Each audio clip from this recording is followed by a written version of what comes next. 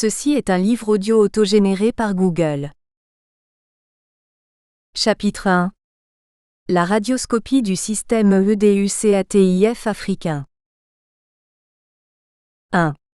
Le savoir, l'absolu et l'oubli de soi. Le roman d'Hamidou Kane pose de toute évidence une série de questions importantes en même temps qu'il dresse de façon prémonitoire un constat d'échec.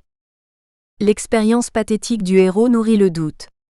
Elle conduit à se demander si l'école n'est pas une autre facette de la guerre, et si l'acte pédagogique n'est pas la préfiguration de la défaite. Car si l'école a pu être présentée à l'Africain comme un moyen de libération, on peut constater qu'elle n'a entraîné ni la fin des contraintes externes pesant sur son existence, ni une libération intellectuelle grâce à laquelle il peut désormais distinguer entre ce qui a valeur pour lui et les canons universels qui servent de base à la domination étrangère. Au foyer, ce que nous apprenons aux enfants, dit le prédicateur, c'est Dieu. Ce qu'ils oublient, c'est eux-mêmes.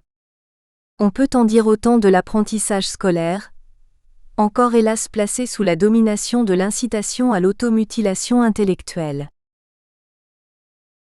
2. L'écriture comme forme initiale de l'aliénation. L'une des questions fondamentales qui se pose à l'école africaine dès l'origine réside dans l'acceptation tacite de l'écriture comme unique foyer du savoir, entraînant ainsi la mise entre parenthèses du parler et du vécu comme foyer possible du sens. Dès l'école maternelle, le psychisme de l'élève est imprégné par le triptyque écriture, vérité et présence. Autrement dit, l'écriture, l'être et la vérité correspondent, ils sont synonymes et dynamiques. Tandis que leur absence ne laisse d'autre choix à l'Africain que de sacrifier au culte de la transcendance, et à l'a priori qu'il n'est rien parce qu'il n'a rien écrit. Ce que du reste Césaire célèbre de façon sans doute ironique par ces mots. Eia pour ceux qui n'ont jamais rien inventé, pour ceux qui n'ont jamais rien exploré, pour ceux qui n'ont jamais rien dompté. Mais ils s'abandonnent, saisis à l'essence de toute chose, ignorant des surfaces, mais saisis par le mouvement de toute chose. À Césaire, cahier d'un retour au pays natal. On notera l'usage répété de rien, jamais, ignorant, saisi, s'abandonne. Car l'identité de l'Africain se donne comme un dehors sans épaisseur, et comme un dedans sans profondeur. À l'école primaire donc, le savoir commence par l'orthographe. Or il est clair que l'orthographe est la mise entre parenthèses du parler et du vécu quotidien, et contre toute logique, leur réduction à des foyers de sens de second rang. 3.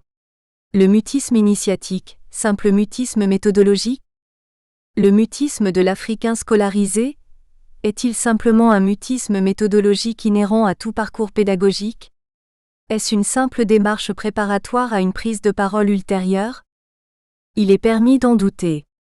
Car le mutisme, lorsqu'il est lié à un apprentissage qui dure toute la vie, n'est plus simplement méthodologique. Le culte du signe laisse entrevoir derrière lui une réelle stratégie de génération de l'aphasie. 4. La valeur d'usage des signes. Il faut bien comprendre que le danger réside bien moins dans l'acte directif qui crée l'obligation d'user des signes graphiques, que dans la finalité assignée à l'usage des signes. Parce que la pratique de l'orthographe comme fondement de l'apprentissage est à la fois la clôture du parler, et du vécu de l'apprenant et l'insertion de ce dernier dans le passé culturel de son maître. Michel de Certeau a sans doute raison de signaler que l'orthographe va toujours de pair avec l'étymologie, c'est-à-dire avec l'origine et l'histoire des mots. Ce qui veut dire que l'apprentissage scolaire du jeune Africain est a priori grevé par le risque de la dilution de ce dernier dans une structure conservatrice et dans une histoire qui n'est pas la sienne et que néanmoins il est voué, par la logique même de l'apprentissage, à répéter indéfiniment. Un enfermement qui ne laisse que peu de place à une expression propre. L'apprentissage de l'écriture occidentale est dès lors happé par l'histoire des mots qu'utilise le maître d'école, mais qu'il efface en même temps. L'amnésie devient ainsi ce qui permet à l'acte pédagogique de se déployer en toute quiétude, faisant du coup apparaître le signe comme un miracle. Le miracle de signes sans référence qui ne laisse d'autre issue à l'apprenant que le statut d'un simple consommateur de symboles. Cela va de soi, d'autant plus que l'apprentissage est conçu dès l'origine même comme une machinerie qui veut intégrer, diluer, assimiler l'apprenant. On ne peut y concevoir les signes comme moyen de production du sens, mais comme valeur en soi. L'apprentissage fait de la maîtrise des signes la condition même de l'humanité enfin reconnue de l'homme africain et ce faisant, l'insère pour des siècles comme consommateur zélé des produits de l'industrie culturelle occidentale. Il n'est donc pas étonnant qu'aujourd'hui encore son positionnement vis-à-vis de la culture occidentale demeure aussi passif. Il continue d'apprendre et de réciter ce que d'autres ont cessé de croire, pour prouver sans doute qu'il prend désormais sa part dans la circulation du sens étymologique, ce qui est particulièrement visible dans les pays francophones d'Afrique. Toutefois, l'histoire des mots, jugée comme le fondement nécessaire de l'apprentissage, finit par devenir un poids et un obstacle au génie par un effet d'accumulation. Nul doute qu'en apprenant une langue, nous apprenons tout un système d'idées, distinguées et classées, et nous héritons de tout le travail d'où sont sorties ces classifications qui résument des siècles d'expérience. Le langage est au premier chef une chose sociale. Durkheim, Education et Sociologie, page 14. Il faut avoir la perspicacité d'un Descartes pour comprendre que le chemin qui mène à la vérité rase parfois les murs de l'histoire. Que pour apprendre, il faut savoir trier et oublier. Qu'il est des chemins qui conduisent à coup sûr à l'impasse. De ce point de vue, l'idolâtrie du passé culturel du groupe dominant ne peut être, pour l'Africain, le passage incontournable vers la vérité. Bien au contraire. La tâche est titanesque et proprement inutile. Combien de siècles pour avaler le contenu des bibliothèques du monde occidental? Combien de vies pour un seul homme? Mais quelle tâche ingrate pour découvrir qu'au terme de cette aventure l'Africain est encore plus démuni qu'au départ, comme l'avoue le héros de l'aventure ambiguë. Le double héritage de l'école africaine. 1. L'héritage napoléonien. A. La NALPHABETISME des masses comme fondement de la paix civile. Le savoir est dangereux lorsqu'il est offert à la multitude, parce qu'il sape les fondements de la société civile en prédisposant ses membres à la sédition. Aussi, l'ordre politique stable doit-il reposer sur le savoir d'une infime minorité assez éclairée cependant pour duper l'immense majorité et la maintenir dans la servitude. Cela, Napoléon l'avait compris qui tout au long de son règne ne consentit à l'ouverture des lycées et de l'université que pour répondre aux besoins d'administrateurs, d'ingénieurs et d'officiers nécessaires au fonctionnement de l'État centralisé. L'école répondait donc à ses yeux à un impératif purement technique ou fonctionnel. On put d'ailleurs se rendre compte que seuls les savoirs directement utilisables et les disciplines politiquement neutres avaient sa faveur. Tel fut le cas pour la médecine, le droit, les écoles militaires et d'ingénieurs dont la formation prédisposait à la docilité et donc, in fine, à la conservation du système politique. B. La structure HIERARCHISE de l'enseignement et la gendarmerie intellectuelle. Pour veiller à la pérennité de ce conservatisme, les lycées et les académies furent rattachés à une structure, la direction de l'instruction publique, organisme de surveillance qui épiait formateurs et élèves et rapportait tous leurs faits et gestes aux autorités.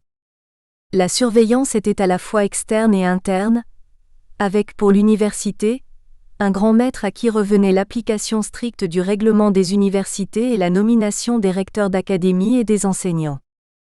C. La PRIMAUTE de l'ordre public au DRETRIMENT de la liberté de PENSEE. Napoléon n'était pas dupe.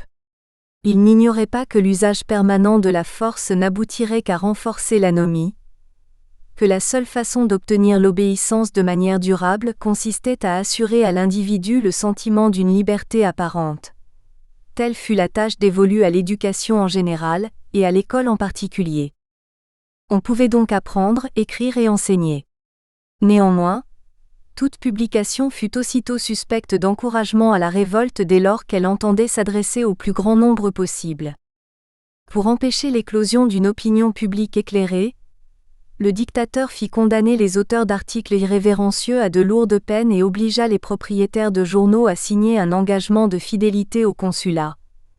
La presse fut par ailleurs mise sous la tutelle du ministère de la Police et par le décret du 17 janvier 1800, menacée des apostrophes. Être plus durement sanctionnée, si certains journaux continuaient de publier des articles contraires au pacte social, à la souveraineté du peuple, à la gloire des armées. En 1803, on y ajouta que pour assurer la liberté de la presse, Aucun libraire ne pouvait vendre de livre avant de l'avoir présenté à une commission de censure. J. Ellul, Histoire des institutions, tome 5. D. Production intellectuelle et autocensure. Au lieu donc de s'attaquer d'une manière souvent désespérée comme le font nombre de potentats à l'encontre de leurs contradicteurs, Napoléon comprit qu'il aboutirait à de meilleurs résultats s'il réussissait à faire de chaque individu l'initiateur de sa propre censure. Sa ruse consistait à faire que la direction des esprits ne fût pas objectivement repérée comme telle. La censure devait exister sans être vue, plus présente dans le contexte que dans le contenu de l'apprentissage, plus dans la connotation des mots que l'on répétait après le maître que dans leur signification lexicale, plus dans ce qu'ils suggéraient ou exigeaient, les façons de penser, les méthodes et les règles inviolables, la philosophie générale d'une pédagogie qui devait conduire non à l'émancipation de l'individu, mais à la formation d'une communauté unie derrière un seul chef. La transposition de la PEDAGOGIENAPOLEONIENNE en terre africaine. L'administration coloniale transpose en terre africaine une pédagogie autoritaire héritée de l'État napoléonien. Par conséquent, une école qui n'a donc aucune vocation à favoriser la liberté intellectuelle, son seul but étant d'asseoir l'obéissance. L'école devient le cadre de l'uniformisation des comportements intellectuels et sociaux, et ceci en parfaite conformité avec l'esprit même du Code Napoléon. Car l'État n'impose pas que sur les personnes et les biens, il impose sur les esprits, les volontés et par conséquent sur leurs actes. L'école, comme le Code, stabilise et unifie, ce faisant, elle dilue la culture dans la commune obéissance à l'autorité. 2. L'héritage des missionnaires, pédagogie et conversion psychologique. L'école africaine s'inscrit dans un autre héritage, celui de la conversion religieuse. Nous espérons que vous avez apprécié cet aperçu. Pour continuer à écouter ce livre audio sur Google Play Livres, utilisez le lien dans la description de la vidéo.